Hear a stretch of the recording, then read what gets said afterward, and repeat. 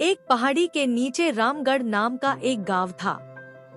गांव के सारे जानवर हरी घास खाने के लिए सुबह उसी पहाड़ी के ऊपर बसे जंगल में जाते और शाम होते होते घर वापस आ जाते थे।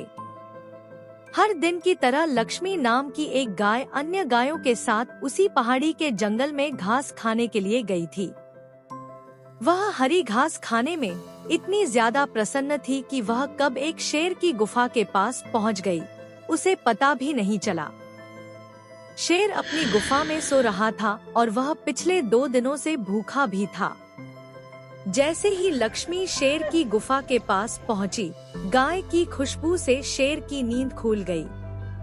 वह शेर धीरे धीरे गुफा से बाहर आया और गुफा के बाहर गाय देखकर खुश हो गया। शेर ने मन ही मन सोचा कि आज उसकी 2 दिनों की भूख मिट जाएगी। वह इस तंदुरुस्त गाय का ताज़ा मांस खाएगा और यह सोचकर उसने एक तेज दहाड़ लगाई। लक्ष्मी शेर की दहाड़ सुनकर डर जाती है।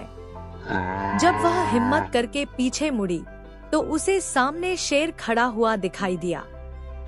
शेर को देखकर लक्ष्मी रोने लगती है और शेर से कहती है, मुझे जाने दो, मुझे मत खाओ।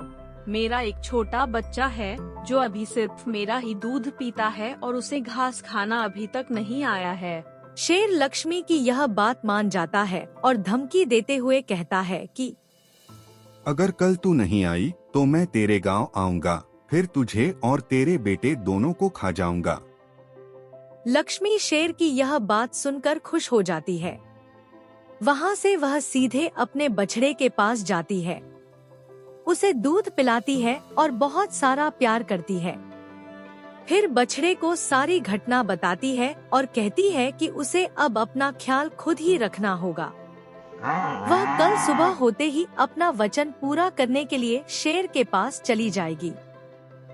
दूसरे दिन सुबह होते ही लक्ष्मी जंगल की तरफ निकल जाती है और शेर की गुफा के सामने पहुंचकर शेर से कहती है, अपने वचन के अनुसार मैं तुम्हारे पास आ गई हूँ, अब तुम मुझे खा सकते हो।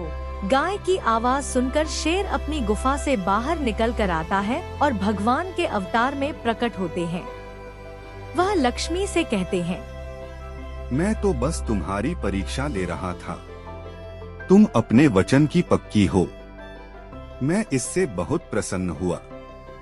तुम अब अपने घर और बछड़े के पास वापस जा सकती हो। इस कहानी से हमने सीखा कि हमें जान की बाजी लगाते हुए भी अपने दिए हुए वचन को पूरा करना चाहिए। यही हमारे दृढ़ व्यक्तित्व को दर्शाता है।